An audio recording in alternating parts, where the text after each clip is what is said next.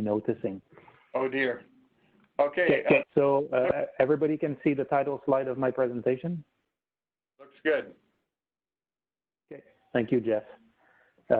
When you said you spoke to my boss, I thought he would describe me as CSA's chief troublemaker. So I'm actually happy about the description he gave of me. Good afternoon, everybody. I'm pleased to give you this status update on the CSA's Lunar Exploration Accelerator program today. The purpose of my presentation really is to be interactive, so I'm actually looking forward to the question and answer period that will follow. As Jeff indicated, we'll ask you to be disciplined, please, and to send your questions to Jeff, who's actually called CASI HQ, in the list of participants, in the chat box. So, without further ado, I won't introduce myself because Jeff already did. Let me tell you about LEAP.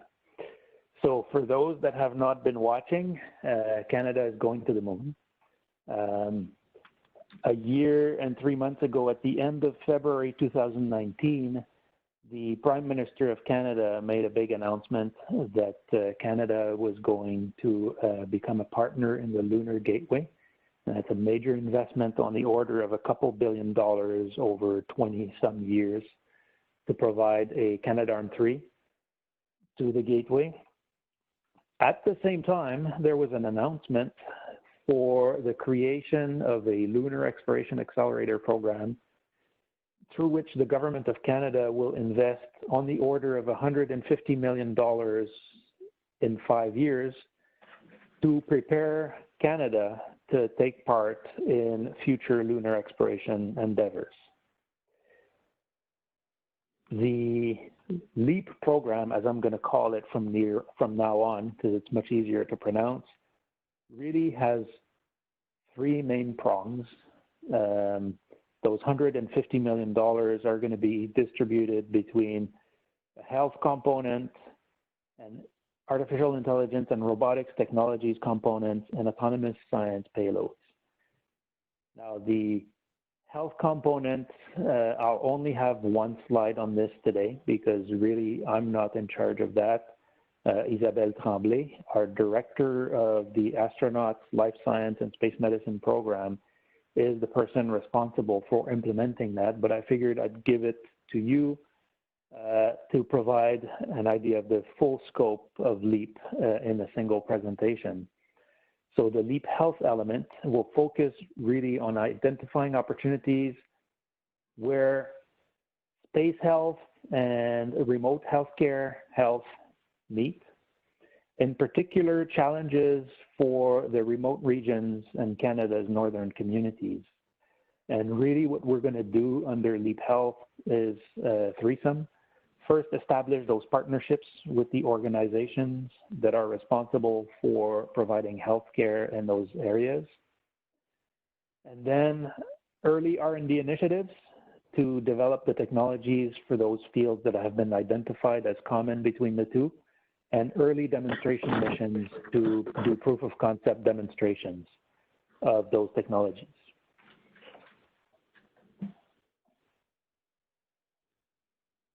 So back to the rest of LEAP then, which is the part that I'm responsible for.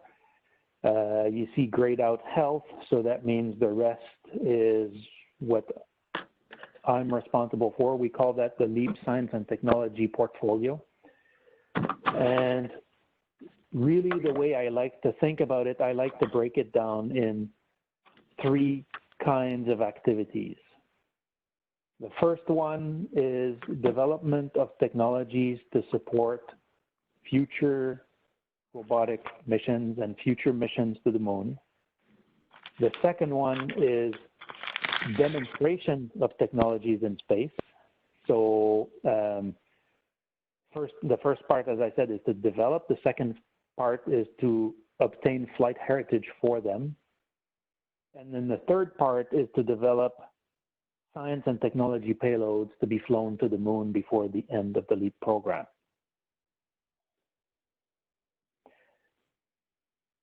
So if I go back in time a year ago, I was in front of many of you at the CASI Astro conference, and I had given you a short briefing on what LEAP is all about, and it stopped basically at my previous slide. At the time, I was pleading for the community to respond to our request for ideas, our call for ideas that we were about to publish, because that was going to inform our decision making. The first thing I have to do today is to thank you all for having participated so enthusiastically to our call for ideas. We have received 164 submissions for future lunar exploration activities, mostly from within Canada, from actually 8 of 10 provinces, but we even got submissions from outside Canada. And we had 11 submissions. I'm slightly dyslexic today. 11 submissions for lunar delivery service. So those are international submissions, mostly from organizations that could deliver our payloads to the moon. We have used those results extensively. We've analyzed them to death. And with them, we have actually composed a portfolio of activities, and we've supported our business case analysis. So your inputs were truly essential to shape the program. Now, we promised we would not divulge the information. That was all submitted in confidence to the CSA. However, what I can do is we have aggregated the results today just to give you an idea of the kinds of submissions that we have received. This first slide here, this pie chart, explains the categorization of the submissions that we have received. So you see that the biggest share, 39%, is for new technology ideas for the moon. The lighter blue is submissions that support planetary science. And then the other categories, if you look green, this is submissions that support astronomy. Darker blue is for technologies to deliver us to the moon. And interestingly enough, most of these submissions actually came from abroad. So they did not, most of them did not come from Canada. And in terms of LEAP Health, you see that also raised quite a bit of interest with Deep Space Health accounting for 13% of the submissions and food production in space accounting for 10% of the submissions. Now, the other two interesting angles that we needed to look at this data from are the following. One was, is it affordable? And two is, can we deliver it in a timely manner in the LEAP horizon? So in terms of affordability, the good news is the pie chart on the lower left. You see in terms of costing of those ideas as costed by the submitters, except for the darker blue segment of that pie chart, most of the ideas were below $40 million. Remembering that LEAP has $150 million to accomplish everything, all of its objectives, that means that we still had quite a lot of ideas that would fit under the LEAP portfolio. Where things get more complicated is the other pie chart, which is readiness, and this is the upper right pie chart. You see that the majority of the submissions, 55% of them, actually had a time horizon beyond the 5 years. So if I go back to my 3 LEAP elements, technology development, technology demonstration, and flying payloads to the moon, obviously this gray sector here of the pie chart, the 55%, is not usable to fly payloads to the moon within the LEAP horizon or the LEAP timeframe. So it means that those submissions were mostly for the technology development and possibly for the technology demonstration, whereas the others were what we have to pick to implement payloads to fly to the moon within the next 5 years.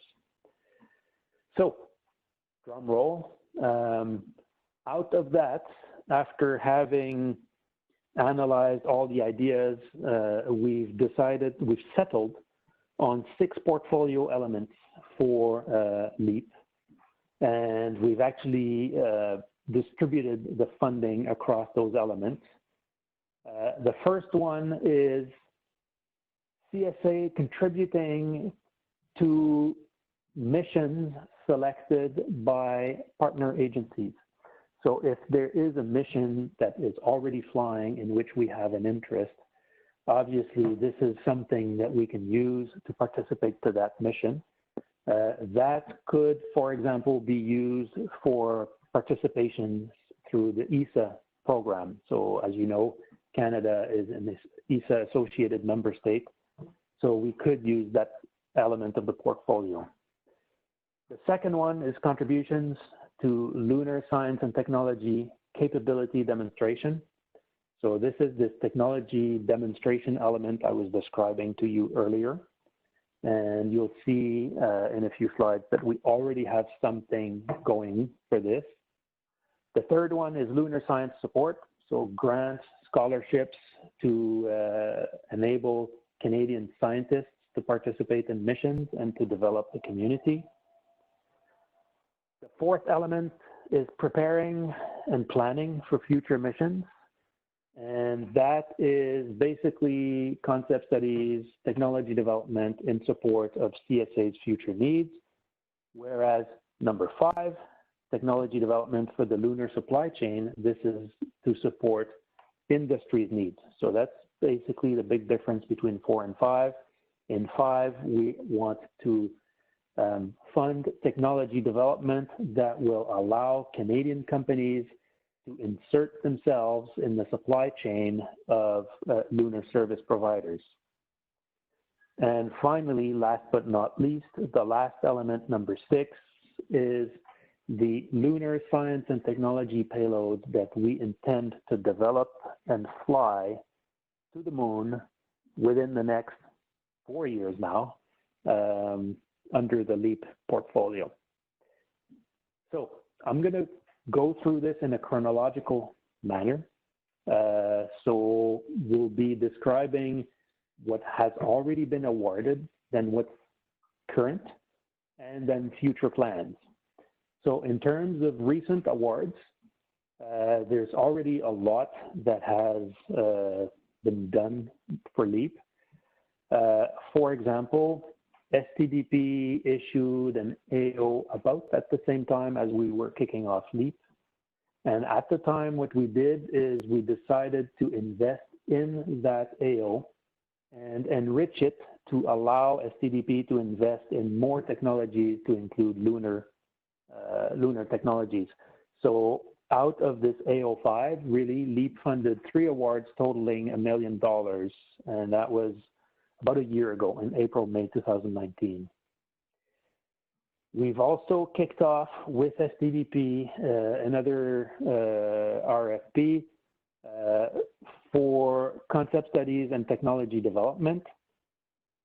7 contracts have been awarded under that, totaling $4.36 million. Those were kicked off in February 2020, so about 3 months ago, and they're ongoing. And we also have a small contract to develop a mission contribution study to identify potential contributions for the next large lunar initiative for Canada, and that's 1 contract. Now, in terms of ongoing opportunities, I mentioned these announcements of opportunity. We have 2 that are posted right now. One is this STDP supply chain announcement of opportunity that I described earlier. The objective really is to develop technologies that will allow Canadian companies to insert themselves in the supply chain. So that's really a key word. We want to bet on winning horses here. So if you want to apply to this mechanism, we need companies to have a serious prospect with a potential customer, and this will be a two-wave approach where bidders can apply for a first contribution of $2 million. And then once things get more secured and they actually have a stronger prospect yet, another $2 million may be available for a second wave. Now, this AO was posted in February. We started accepting or opening the envelopes for the letters of intent on May 1st of this year, so about 3 weeks ago. And if the letters of intent are, or the first letters are interesting, we will then invite potential bidders to develop a full proposal. The AO is open for 2 years until March 2022, or the money runs out. So basically, it will be attributed on a first-come, first-served basis, obviously only to bidders that get invited to submit a full proposal and then whose proposal gets deemed sufficient. The other ongoing opportunity is the capability demonstration announcement of opportunity.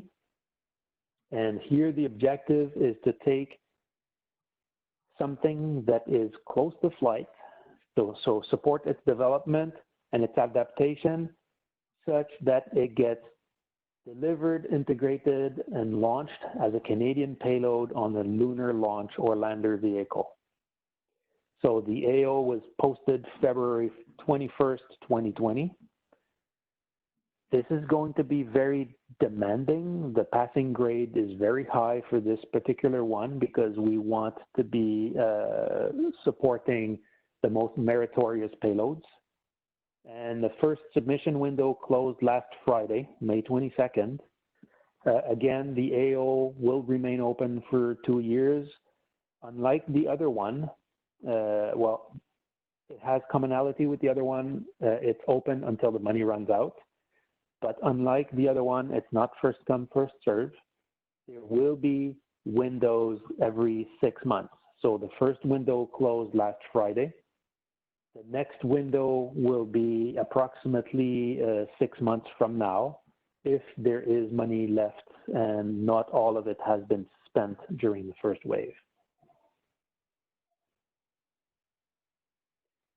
The other ongoing opportunity of interest is a series of phase zeros for science instruments. We want to fly technology and science payloads to the moon. In terms of the science payloads, we have a few things, a few areas where we'd like to get additional information, and this is why we will be kicking off those phase zero studies. A letter of intent was posted by PSPC in early May. That posting closed on May 15, and you should all expect the RFP to be posted somewhere this week or early June, with contract awards in the summer of 2020. So the objective here will be to conduct phase zero studies to demonstrate and confirm the feasibility of flying your instruments to the moon, and to understand what are we talking about in terms of value and how it maps with the science priorities. All funding opportunities can actually be found on the CSA webpage. There's a page under the CSA web. If you go to the useful links at the top in the menu, you'll find funding, programs, and opportunities. And this is where you will find every, not just LEAP, but every RFP or AO for the Canadian Space Agency. We also have a LEAP webpage, which you may go consult, which describes our activities at length and which gets updated regularly when there's new information. So in terms of future opportunities, this is where basically we're talking about payloads to fly to the moon. What we've done is we've again taken out the results of the call for ideas, and we've analyzed every single submission and categorized them. And we've analyzed them under really 6 criteria. The first one was the strategic alignment with our portfolio objectives. So the objective that we have determined for our portfolio is that everything we do should strive to prepare Canada for what will come after LEAP. So we will invest in science and technology that is useful on its own, but that is also useful for an eventual next wave of investment on the lunar surface. So that was very important to us. The second aspect was affordability. Obviously, it had to fit within our envelope. And schedule feasibility, it had to fit within our schedule. Identification of a host mission was also quite important because we wanted to make sure that if we invest in something, it's something that can hitch a ride to the moon and not an idea that we will develop, but for which we won't be able to find a ride. And in particular, for technology payloads, we also assessed the commercial potential and the customer base of such payloads. So having said that,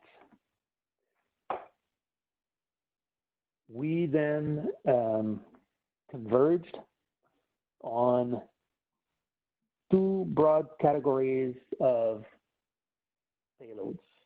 In terms of technology payloads, the analysis of the submissions to the call for ideas were all pointing almost unanimously in a single direction. It was all about rovers or components of rovers to fly to the surface of the moon. So for technology payloads, what we intend to do is to fly a Canadian micro rover on a CLPS mission hosting Canadian and US payloads by 2024. That's the target.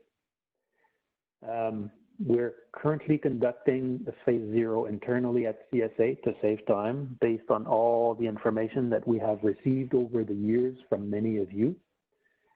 You should expect to see a request for proposal for a phase A sometime this fall. So here I've used the term micro rover liberally. Obviously, LEAP has a limited funding envelope.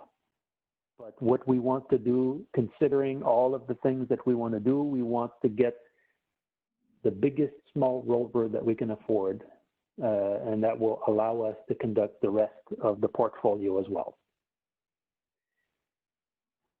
The second important prong is science payloads. And here we want to fly 1 or 2 science instruments on CLPS missions.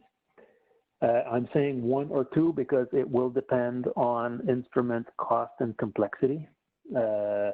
It's going to drive how much we can afford. The selection will be partially informed by the outcomes of the upcoming phase 0 studies. We have a lot of information already at our disposal, but those phase 0 studies will be very useful for us. What's important though is that the procurement and the coordination model with NASA has not yet been fully established. We still need to discuss with our CLPS friends to ensure that what we do is fully coordinated with them. we expect a phase A start sometime in 2021. So again, you must all realize that LEAP is a very ambitious initiative. The time frame is ambitious. The budget is modest, but we have high, noble goals. So we're playing, this is a constrained problem, and we're really trying to maximize the outcomes for that Canadian government investment. And that's basically the end of my briefing. That tells you where we are as of today. It gave you an idea of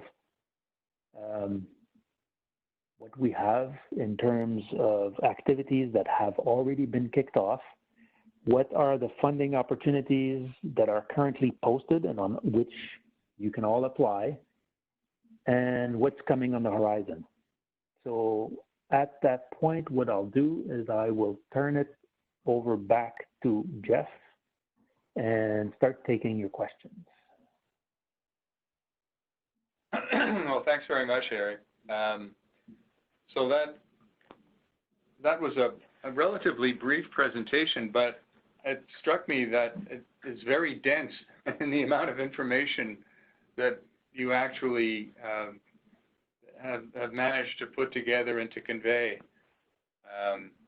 So one of the questions that's coming up that's purely logistical, but it's an important one. A number of people are asking about the availability of your slides, Eric. Will those be made available sometime following these presentations?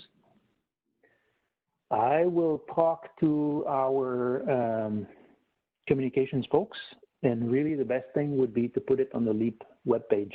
So we'll try to post these slides on the CSA's webpage dedicated to the LEAP program. That's a good point. Okay. Thank you for that. That satisfies quite a few people's questions. Another question, these are coming in rather quickly, so I'm going to try and keep pace with them. A question, if we have a science instrument which is well beyond the phase 0 stage, is there a way to fast track it with respect to the recent LOI process?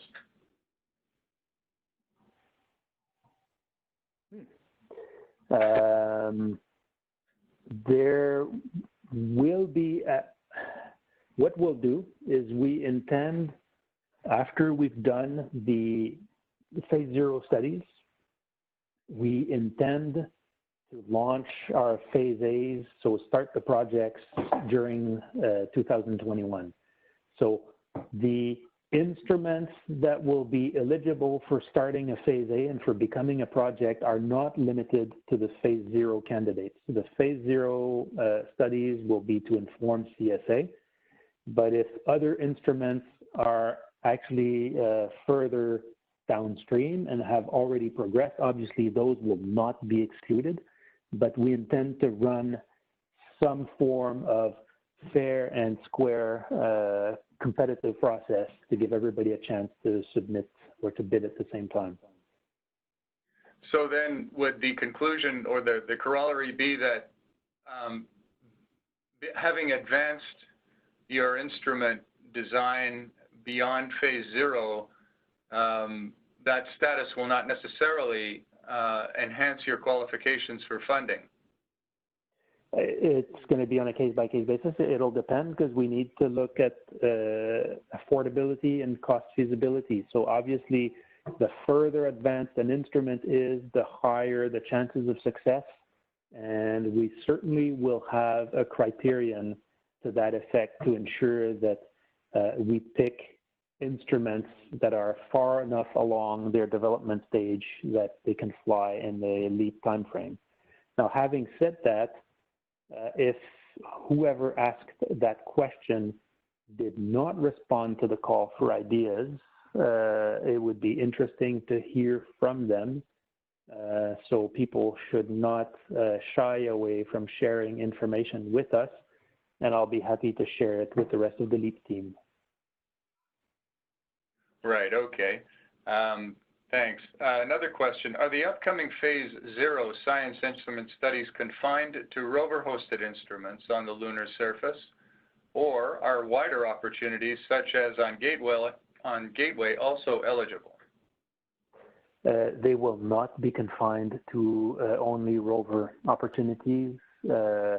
I don't remember off the top of my head how it's worded, but you can assume that certainly orbital instruments, probably Gateway as well. It's not limited to something that can be hosted on a rover. Okay. And then another question specifically related to Gateway. What impact on Canada's contribution to Gateway has Lovero's removing Gateway from the critical path to the moon had? This is a question that I'd rather not answer myself because I'm not the authority on the Gateway. Ken Podwalski is. He is the director in charge of the program. And I would recommend that all questions related to the Gateway actually be sent over to him because I would feel ill at ease answering that question for him. What was that name again, Eric? Ken Podwalski. Okay. So a couple of questions that are sort of related. Excuse me. From the start of the talk, you mentioned that the propulsion, descent, ascent, transfer systems category, which accounted for 19% of the call ideas, came mostly from abroad. To what extent are you interested in pursuing projects with international collaborators? Is this a category of technology which is critical for LEAP? If so, do you think more support from government and industry is required for development of propulsion systems within Canada?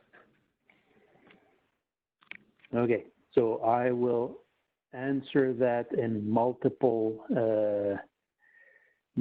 steps. Just let me, I'm jotting notes so I don't forget. I have to unpack that one, I think.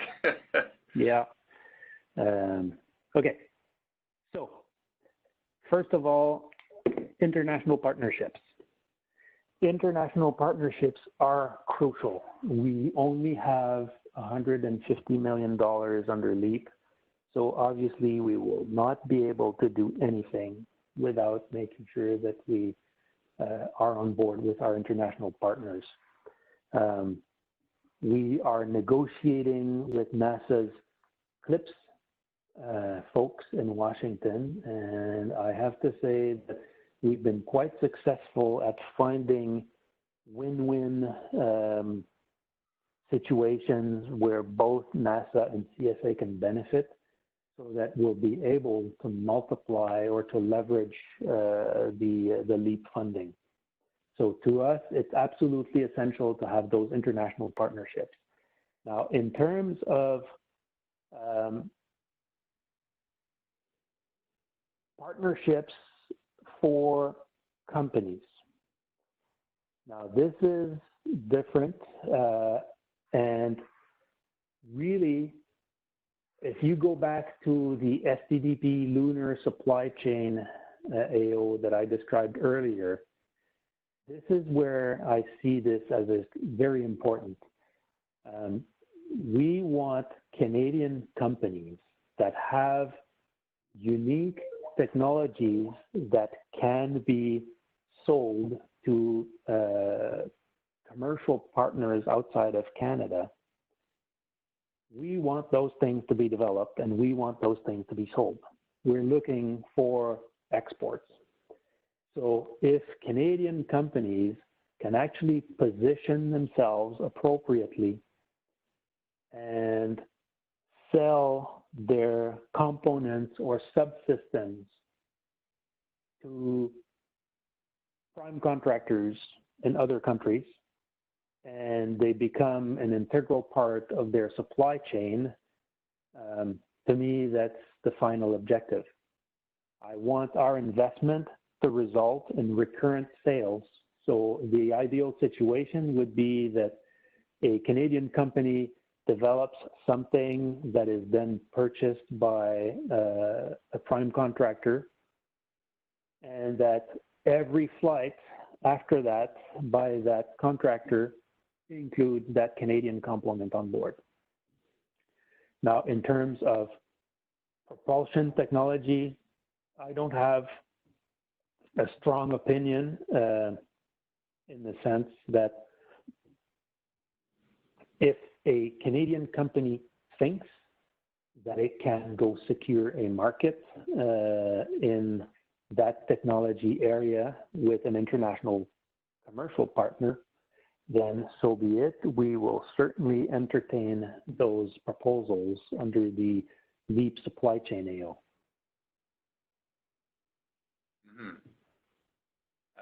Okay, another question, and this is kind of a broad one. Can you comment, pardon me, on the planned 7% astronomy portion of the LEAP funding? Okay, this is not a planned portion of funding. Sorry, I may have not explained clearly that pie chart. That pie chart was the number of ideas that were submitted by category in the call for ideas.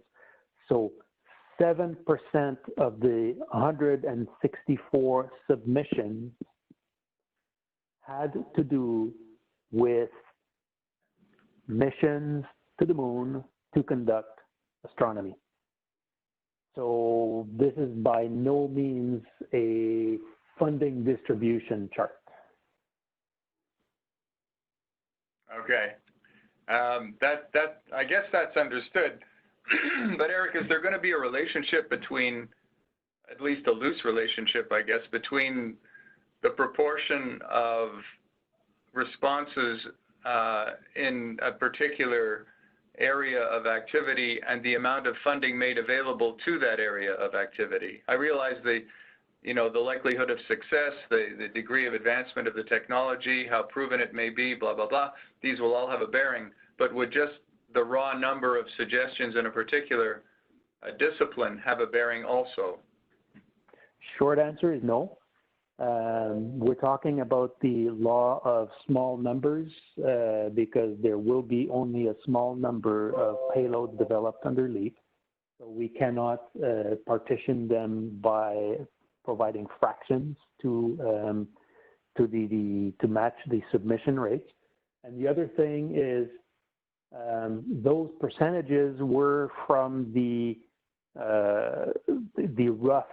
So the initial submissions, not sanity checked by feasibility, not sanity checked by budget, not sanity checked by schedule.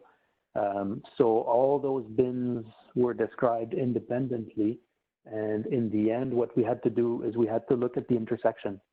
So basically, what is affordable, what can be done within the schedule, what is aligned, and that's how we focused in the end on the subsets that we have selected.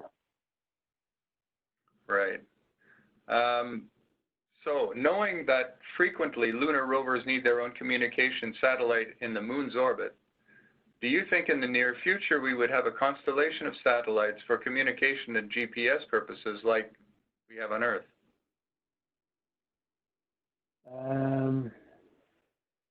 Actually, don't know. So I'll be honest, I don't know. Such things have been discussed before, and NASA knows for sure that they need communication assets in orbit around the moon because, if anything, if anybody goes to the far side, it will require a communication relay to talk to Earth. And I know that ESA, with the Lunar Pathfinder mission, is looking also at developing a communication relay capability for the moon. So will there be constellations? Will it be one-ofs? Will it be integrated navigation, communication? I don't know. But there is definitely a need, certainly, for communication relays. Right. Okay.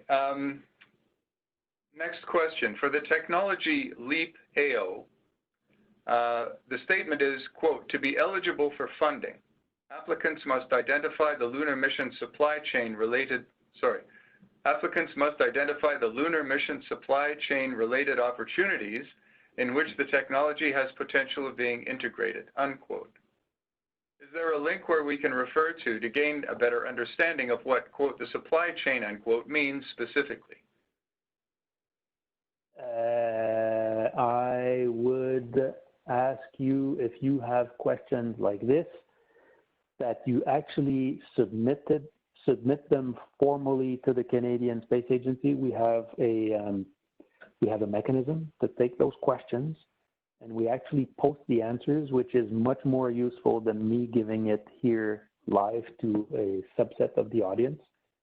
So I would encourage whoever is formulating that question to submit to the CSA the question, and I'm pretty sure there's a link in the AO for questions and clarifications, and we'll be happy to answer that one and to post the answer.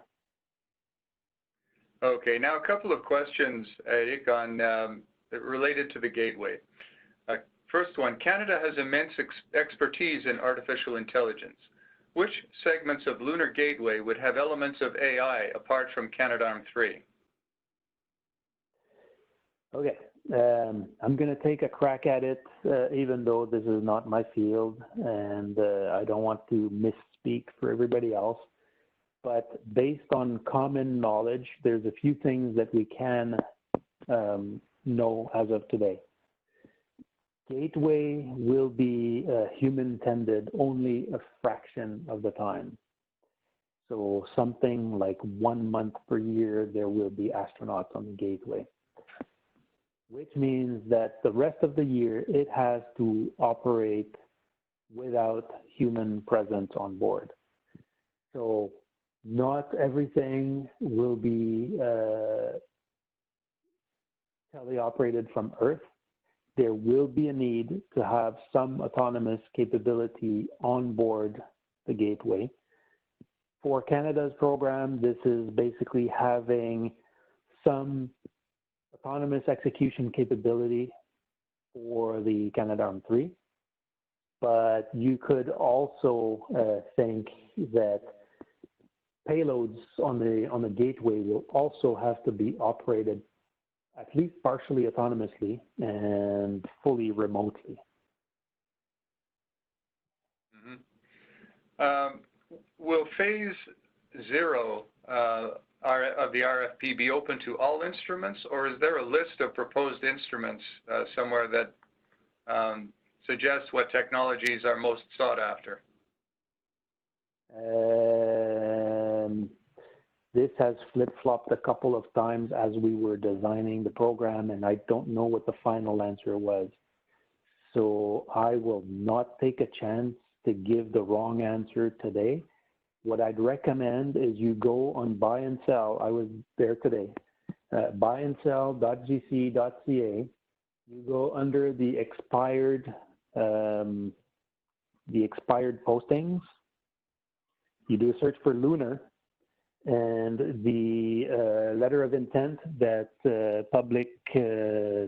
Professional Services and Procurement Canada posted, that letter of intent will come up, and that LOI will describe the intent of the upcoming RFP. So again, buyandsell.gc.ca, under expired postings, you do a search on Lunar, and you look at the LOI for the Phase 0 instrument RFP. Mm-hmm. Next question. Can you provide the budget for the science payload Phases 0 and the number of Phase 0 envisioned? Yes, and the question again, if you do that same search, all the information is there. Okay. Off the top of my head, I believe we were talking about 6 studies. I stand to be corrected, but I think that's the number I remember. But everything will be in that posting, in that LOI. Mm-hmm. Here's a question that's quite specific to your presentation. Pardon me. Your introductory slide shows 3 LEAP core programs: health, AI and robotics, and autonomous science payloads. This robotic theme appears to be much more restrictive than what we see solicited on the LEAP website. And in parentheses, robotics is not mentioned on the website. On slide 7, and particularly on the portfolio composition shown on slide 9, please clarify if the portfolio is indeed as necessarily restrictive as indicated on the intro slide. So that's why I said when I did the intro slide, I said we interpret this in a very loose fashion. Robotics and AI is not limited to just robotic arms and AI software. We have taken a much broader approach because we believe that there is a broader need to support future lunar activities. So that's why when I described our activities, I reframed it into 3 streams: development of technologies, demonstration of technologies in space, and development, launch, and operation of technology and science payloads. I think it's better described this way. The AI and robotics vocabulary is heritage from previous documents.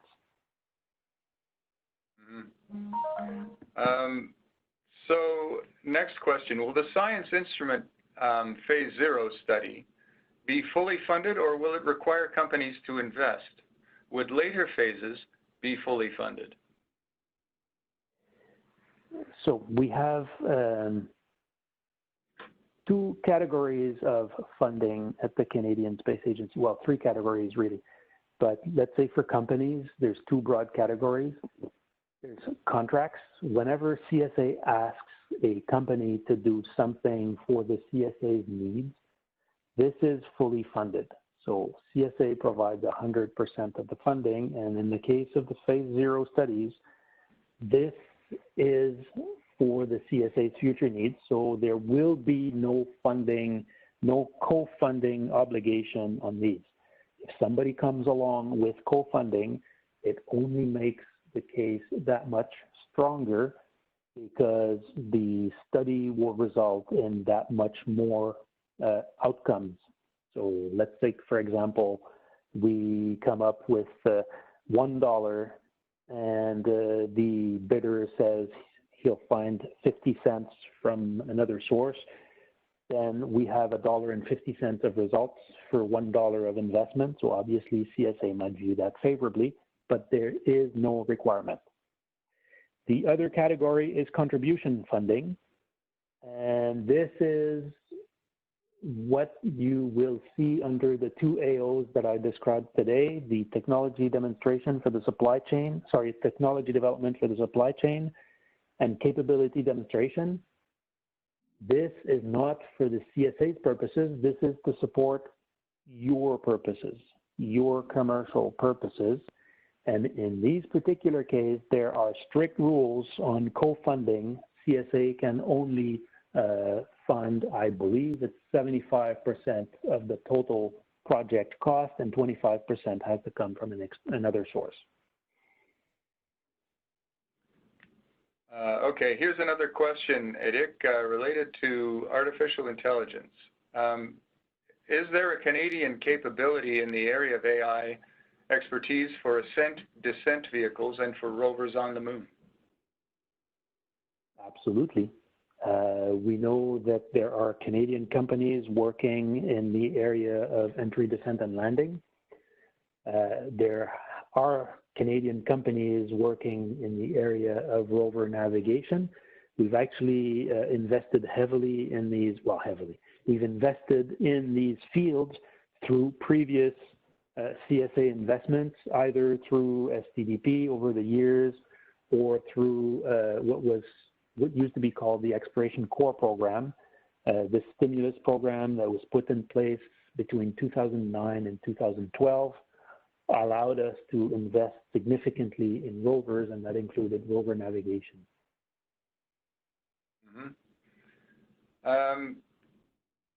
Here's a question that's been put more than once by the same person, so clearly a response would be very welcome. And the question is there any word on when post-LEAP funding might come into focus, given the limited budgets listed in the announcements of opportunities? Yes. Short answer is I don't know. The government has only given us funding for 5 years, $150 million.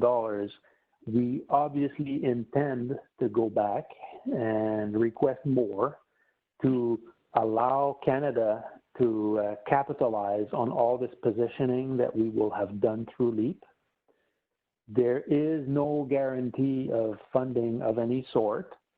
However, our intention is to make sure that we do well enough during this first wave, and this is why the pressure is on all of us, not just CSA, but also on industry and academia, to obtain such outstanding results through LEAP, so that by the time we reach the end of the 5-year window, the government will like it so much that they will want to put more money into it. Now, that means that we would have to go request additional funding from whatever government is in place at the time. So there is currently no set target for that, but if we want to have continuity of funding without a break, obviously we'd have to make the request much before 2024. Well, that's an interesting, here's a perfect segue to that response, Erick. What will follow LEAP? Do you anticipate impacts on Canada's space industry due to COVID spending? What can we do to help encourage continued public/federal support for our space industry during these challenging times? Yeah, actually, there's many facets to that question. COVID spending, I think all of humankind just realized how fragile we can be to such pandemics. So obviously governments all over the world will be interested in investing in making sure that, to make sure that we don't fall prey to something like that in the future again. So things like medical sovereignty and, all of the healthcare investments that come to fight such pandemics, you can expect that those will take place. I have absolutely no idea what will be the impact on the space business as of yet. I'd have to look in the crystal ball, and if I told you that I know what's coming, I'd be lying. What I can tell you is that the government is asking all departments, including the Canadian Space Agency, to keep working. We've been working since day one of the shutdown. Everybody was sent home, and we were there was never any break in the Canadian Space Agency. We just kept working, and we are working to ensure that everything that was planned in terms of investment keeps going, so the pipeline doesn't dry, and things keep being approved at the required rate, so that the funding keeps flowing to industry and academia. And the other thing is we've been asked to think about ideas for the future to help bring the economy out of the COVID crisis. So we're working on ideas as well, but at the moment, there's nothing that can be announced.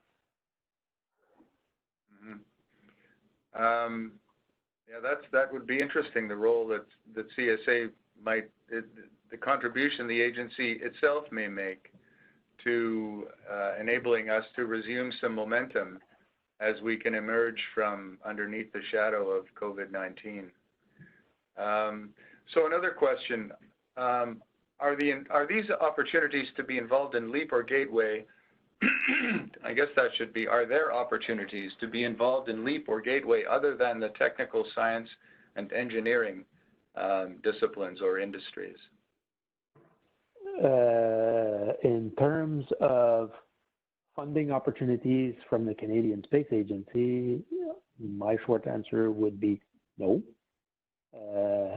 But I have no clue what that person is referring to in terms of other fields. I'm sure there would be other activities that will be peripheral eventually, but there will not be any funding opportunities for anything that's not science or technology. Yeah, pardon me, and there's a kind of a related question. In fact, it may be almost the same. Are there opportunities to get involved with LEAP without being part of industry or academia, without being involved in either one of those two broad areas of activity? I guess you've already answered that question. I would say find a way to get involved with these people. Right. Those are our traditional partners, and they are the people to whom we will turn for implementation. This is also a question that you may already have answered. Can you elaborate the ways and means to connect with, quote, actors in the lunar mission community, a requirement as per AO Tech Development?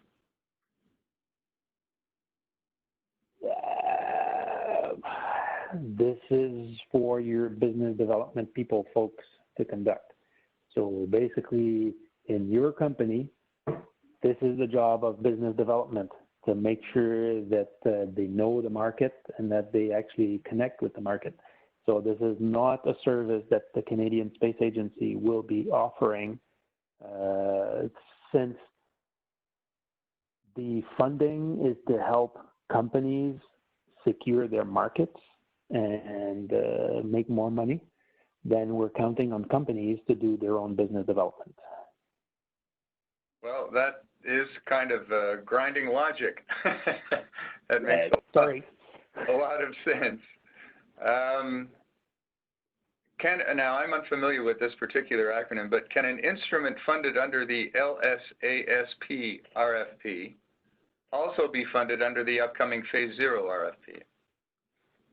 LSASP is the Lunar, I forget what the acronym stands for, but this is one of the funding elements that I said is already awarded. So basically concept studies and technology development. So if there is a logical way to make it fit, LSASP was for concept study and technology development. Phase 0 is what comes after a concept study. So if it can fit in time, it can be sequenced, and if it's not double dipping, then yes, why not? Right. Here's a question from an individual who is part of not a startup, but a small research equipment and research equipment design and fabrication company. The question is, or the comment, developing new hardware quickly and at low cost needs a certain mindset. It needs more a startup than a large company setup. We need to think and change quickly, be efficient and out of the box. I'm trying to evaluate how we could play a role in what's coming. Do you see an opening for companies that are of that type, that they're not a startup, but so they have their feet on the ground and they have some momentum built, perhaps some investment? Is this the kind of small to medium-sized enterprise that you think would be a candidate for the program? Yeah, why not? When I said initially in my introductory statement, I said that my boss would call me the chief troublemaker. It's because I am rocking the boat. LEAP has an ambitious schedule, a modest budget. I've already said it. We will need to do things differently. We've been asked to do things differently, and we'll need to be more aggressive and to accept more risk than in traditional missions such as the ones that we're used to at the Canadian Space Agency. So, yeah, I'm looking forward to this. So, Eric, Earlier in your remarks, you talked about the six major LEAP portfolio elements. One of the first one on the list was to contribute to partner agencies' selected missions, for example, missions that ESA might have sketched out. And then there was contributions to lunar science and technology capability demonstration. Planning and preparation for future missions. Are these criteria ones that candidate companies that would like to participate in the funding opportunities of LEAP, are they expected to be able to identify how their proposals will resonate with these LEAP portfolio elements, or does CSA mainly take on that job? In other words, is it more or less difficult for candidate companies to fathom all of these different elements, or should this information be available and should they be able to integrate, match it, sort of a compliance matrix with them in their proposals? Don't spend too much time scratching your heads over these. Those are the portfolio elements under which we will bin our RFPs and AOs. So each RFP, each AO will be published and will answer one of these elements. And when you submit, when you bid, you need to respond to the request for proposal or to the AO. And you don't need to think about the portfolio composition. This is the CSA's job. Right, okay. The next published deadline for the capability demonstration AO is in August. However, in your presentation, you mentioned the windows would be 6 months apart. The first window just closed. Will the next window deadline be adjusted accordingly, or do you plan to stick to the August deadline? To be determined. Initially, I mean, before this COVID thing, obviously we had a schedule and everything, our schedule made sense. Now, when the COVID-19 hit, we wanted to give everybody a break to make sure that organizations had the opportunity to get reorganized so that they could submit good proposals to the CSA.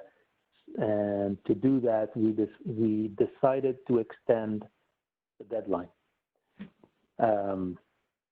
We have not decided whether we will extend the next deadline or whether we'll keep that deadline and then be on a 6-month schedule afterwards. Because one way or another, we have to either shorten the second submission period or shorten the last submission period.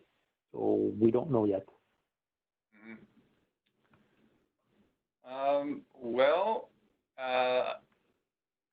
I think I've pretty well gotten to the bottom of the chat window at this point. This would be a last opportunity for folks to put their questions to Erick. A couple more have just come in. To what extent is the CSA interested in funding infrastructure-related projects or initiatives, such as habitats, power systems, or agricultural, under LEAP? I see plenty of opportunity for science and research. However, the call for integral lunar supply chain technologies makes me hopeful that these technologies might also be funded. So, a comment. Habitats is not something that traditionally Canada has been doing. Having said that, the food production is an area that is nascent and that is of interest to the Canadian Space Agency. LEAP will not fund that, but we will fund that through other mechanisms. So CSA has an interest in food production. The LEAP envelope is too small to allow it to take that topic on top of everything else, unless it came up in one of the AOs that we're currently posting.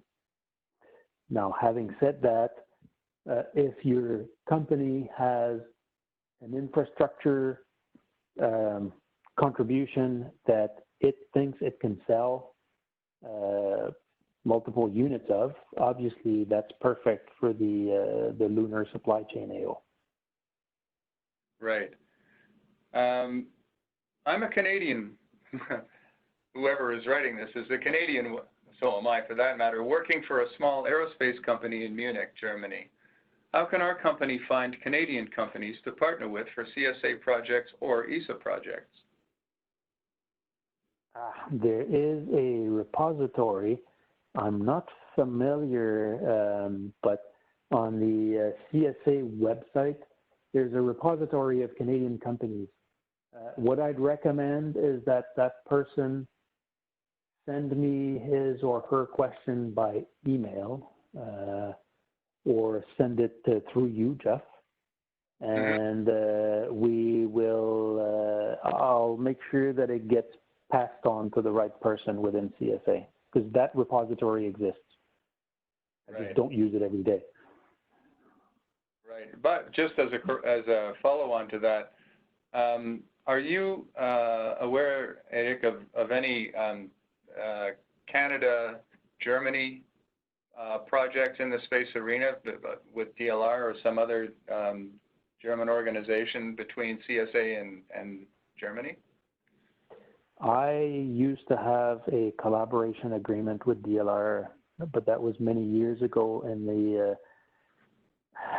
I think it ended in the early 2000s. So in the area of robotics, we have not had much in the past 15 years. Right. I mean, we do know each other. We see each other from time to time, but we have not had a collaboration in some time. Right. Then the immediate question following your response just now, why not share the repository with everybody who is participating in this WebEx event? Well, as I said, it's on the CSA website. I don't know exactly where it can be accessed. Sure, except I don't know. I'm not going to send spam to 180 some people. No. So I need to scratch my head about this. Yeah, no, we certainly, if something were to be available, Erick, we would be happy to distribute it to all of the participants today. Okay. Can you provide an example of a Canadian component for the lunar supply chain? Yeah. Anything, if I'm thinking, let's say, avionics, software, landing systems, rovers, cameras, antennas, any components of a spacecraft that one can sell recurrently to a lunar delivery service provider would be eligible. Mm-hmm. Well, that's quite a few examples. When would the science instrument phase 0 studies need to wrap up by in order to mesh with the international timelines and with CSA timelines, given that the phase 0 would provide important cost information? Yeah. We hope that that will have enough information by the end of 2020. So even if the phase 0 studies are not fully wrapped up, our hope is to be able to discuss with our NASA friends by the end of 2020 with solid information in our hands. There have been a couple of comments in response to the questions provided that we can distribute to all of the participants today. One is a link to the, I guess, maybe it's the repository. The link is RSC-CSD.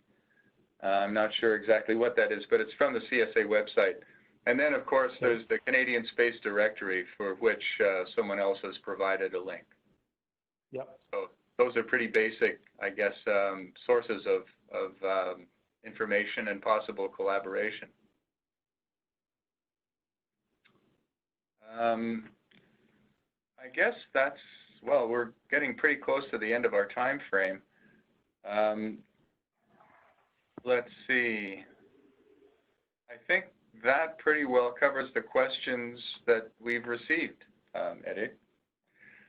So I hope everything has worked as planned today.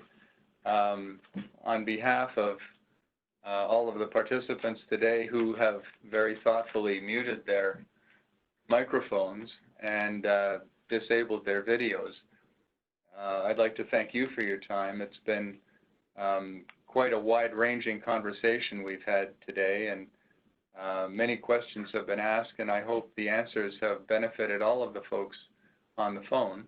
I'm sure that you would be quite prepared to follow up with some of the folks who perhaps had more detailed questions, or those that by their very formulation might reveal some of their ideas that they would rather keep close to their chest.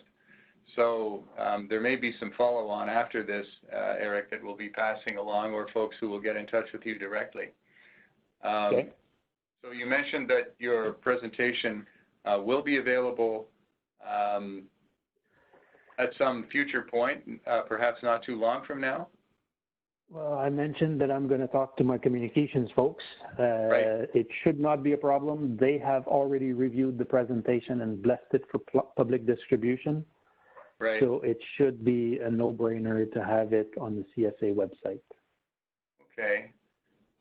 Well, that's fantastic. So I think at this point, we'll thank you very much for your time today, Erick. Much appreciated. And if you know how to hand the ball back to me, then yes, I will.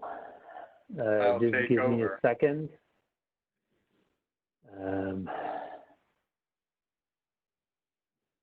Here you go. You can take over. I'd like to thank everybody for their attention today, for their participation.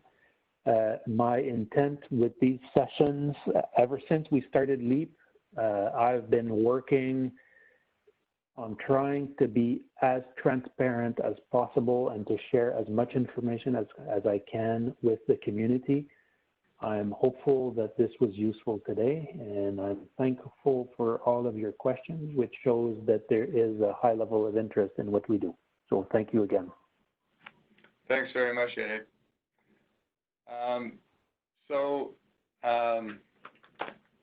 I believe I'm back again video-wise with everyone. I'd just like to, is everybody getting myself as the video feed at this point? Okay, this looks good. This experiment with WebEx as a platform was not without potholes in the delivery. I apologize for that.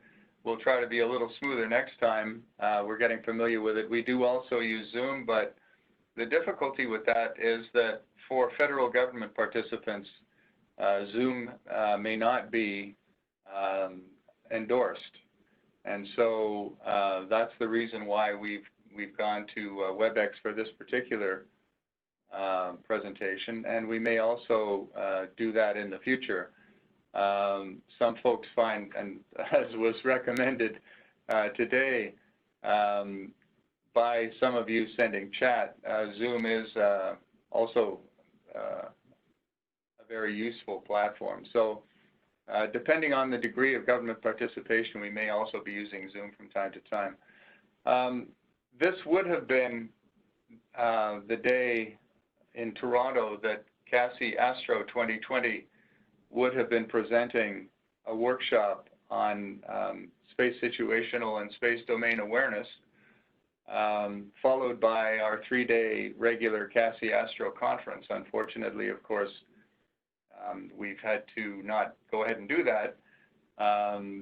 And what we will be doing instead over the course of the next months through until the end of the year is drawing upon what otherwise would have been the content of Astro and presenting it in events such as this one.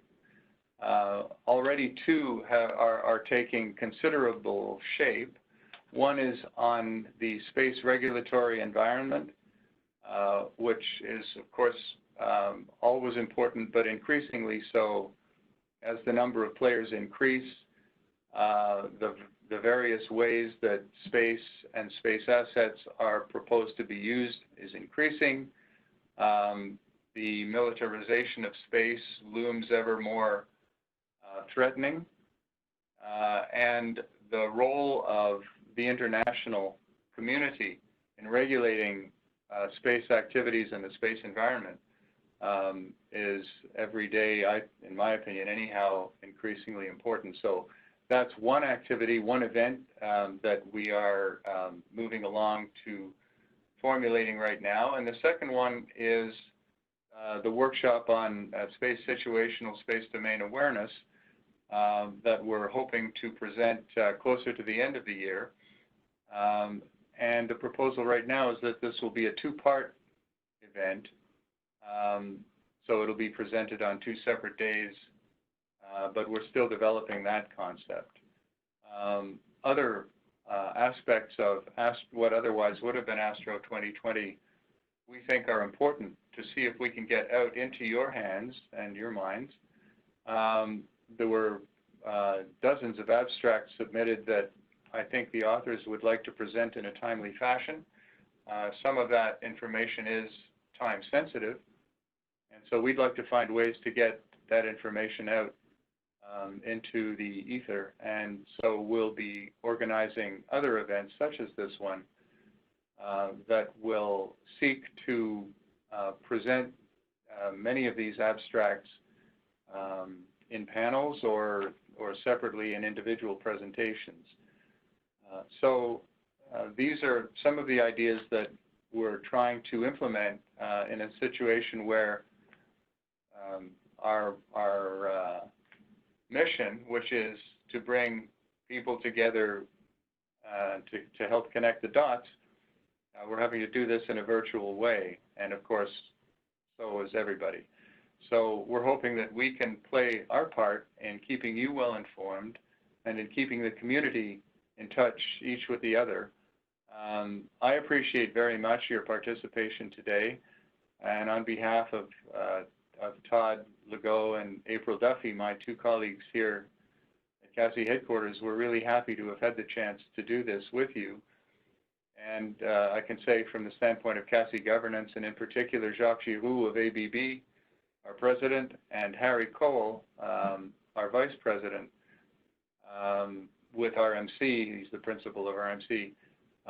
We thank you for your participation and for your support in coming together with us, and we look forward to putting together a series that hopefully will have some congruency and some structure that you'll benefit from and that you'll enjoy, and maybe that you'll be participating in, hopefully. Not just as on the other end of the phone or the internet connection, but possibly also as folks who are delivering the content that we'll seek to present. So please keep an eye on what's going on here. We'll be staying in touch with you, with your permission, to keep you informed, and we look forward to the next opportunity to get together with you again in this virtual environment, soon hopefully to be followed with everybody getting together in person. So thank you very much once again, and I hope you enjoy the rest of your day. Bye-bye for now.